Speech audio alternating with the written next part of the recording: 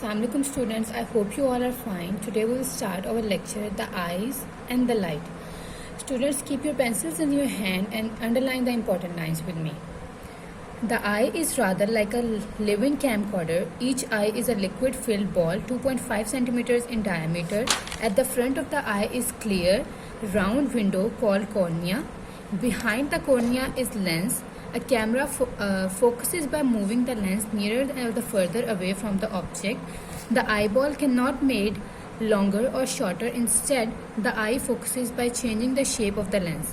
The lens is elastic and its thickness is controlled by the ciliary muscles inside the eye. The process is called accommodation.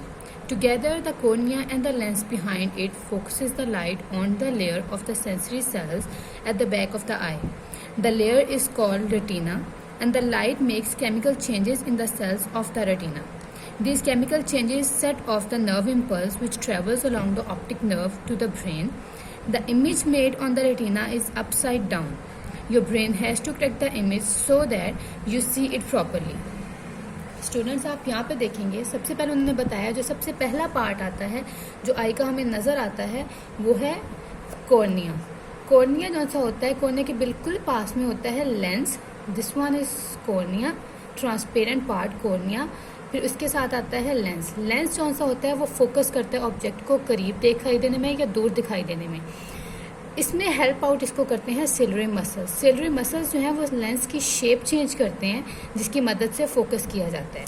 इसके बाद students उन्होंने हमें बताया है कि lens की बैक साइड पे होता है रेटिना. रेटिना वो मसल्स होते हैं, वो नेटवर्क होता है नर्व जिससे जो हम लोगों को लेंस पे इमेज नज़र आती है उस इमेज को ब्रेन तक पहुंचाने में ये नर्व इम्पल्स यहाँ से रेटिना तक भेजे जाते हैं जो कि इसको ब्रेन तक लेके जाते हैं और उस इमेज को क्लियरली ब्रेन जो है वो डिकोड करता है. एक उन्होंने और बात बताई है एंड में कि जो ब्रेन में इमेज आती है वो अपसाइड डाउन शो होती है जिससे ब्रेन खुद उसे सीधा करके प्रॉपरली देखता है. Now the next thing is just behind the lens is a sheet of muscles called iris. It is the colored part of the eye. In the center of it is a round hole called pupil. When you look at the bright light, the iris muscles work to make the pupil smaller. This cuts down the amount of light entering the eye and so protect the sensitive cells of the retina. If you are in the dark room, the pupil gets bigger, so allow in the more light. The iris muscles work automatically in what it is called a reflex action. Students, यहाँ पे हम देखेंगे सबसे पहले उन्होंने बात की है आइरिस की. आइरिस कौन सा होता है? ये आई का कलर्ड पार्ट होता है.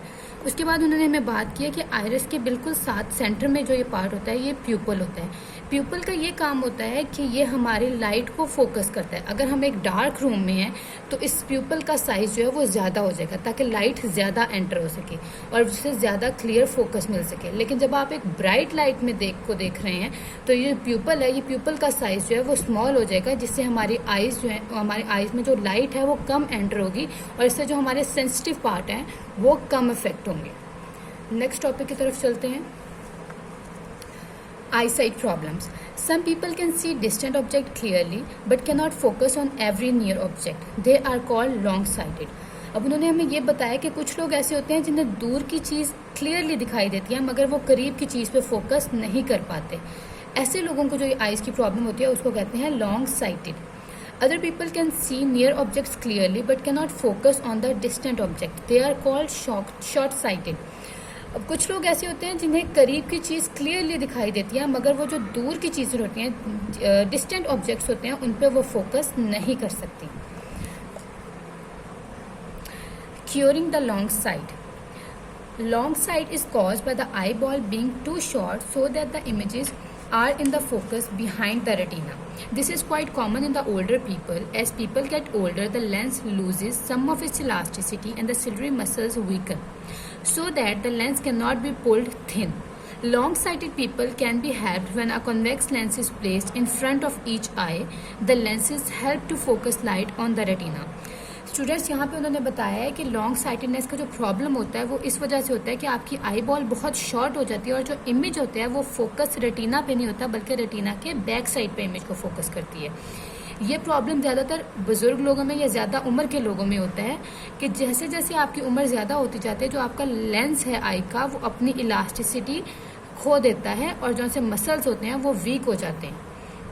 इसके बाद उन्होंने बताया कि लॉन्ग साइटेड को क्योर करने के लिए, लाइक उससे बेहतर करने के लिए हम लोग ये कर सकते हैं, हम कॉन्वेक्स लेंस यूज़ करें जो कि आपके रेटिना के बिल्कुल सामने लाइट को फोकस करेगा। स्टूडेंट, ये जो डायग्राम है जिसमें पार्ट्स ऑफ 5 सारे दिखाए गए हैं, आपने इस डायग्राम को अच्छे से प्रिपेयर करना है असेसमेंट पॉइंट ऑफ व्यू से, और अपना बहुत ख्याल रखिएगा। अल्लाह हाफिज़।